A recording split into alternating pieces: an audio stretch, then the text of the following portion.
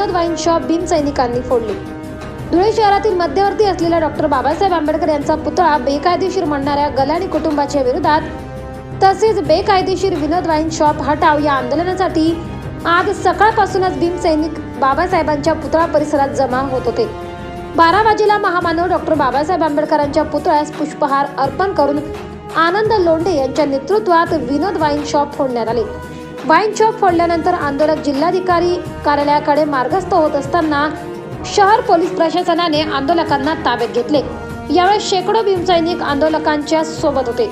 यावेळेस आझाद समाज पार्टीचे महाराष्ट्र प्रदेशाध्यक्ष आनंद लोंढे, जिल्हाध्यक्ष आबा अमृतसागर, शहराध्यक्ष भैयासाहेब वाघ, विजय सावकारे, दावल वाघ या 5 भीमसैनिकांना पोलिसांनी अटक केली आहे। गेल्या 25 वर्षापासून विनोद वाईन शॉप हटवण्यासाठी विविध पक्षांनी व संघटनांनी आंदोलन केले, परंतु प्रशासनाने कुठलीही दखल घेतली नसल्यामुळे आझाद समाज पार्टीच्या आंदोलकांच्या भावना तीव्र होत्या। यावेळी आनंद लोंढे यांनी सांगितले, या आंदोलनानंतर देखील विनोद वाईन शॉप बंद करण्यात आले नाही, तर येणाऱ्या 26 जानेवारी रोजी यापेक्षाही तीव्र आंदोलन आम्ही करणार। पालकमंत्री यांना झेंडावंदन करू देणार नाही, याची सर्वत्र जबाबदारी प्रशासनाची राहील।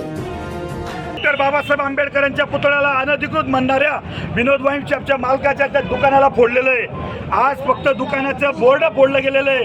जर हे दुकान उघडं दिसलं तर दुकान आतून बाहेरून सगळीकडे फोडलं जाईल। आंबेडकरी समुदायाच्या सगळ्या तरुणांना विविध पक्षाच्या संघटनेच्या आजपर्यंत जे निवेदनं दिली होती, प्रशासनाने त्या बाबतीमध्ये अत्यंत सैल भूमिका घेतली होती, त्याचा आम्ही तीव्र निषेध करतो। या 5 दिवसाच्या आत जर याचं तात्काळ बंद करा म्हणून पत्र काढलं नाही तर येत्या 26 जानेवारीला पालकमंत्र्याला झेंडावंदन करू दिलं जाणार नाही। आणि दुसरी महत्त्वाची गोष्ट, सामूहिक आत्मदहनही केलं जाईल।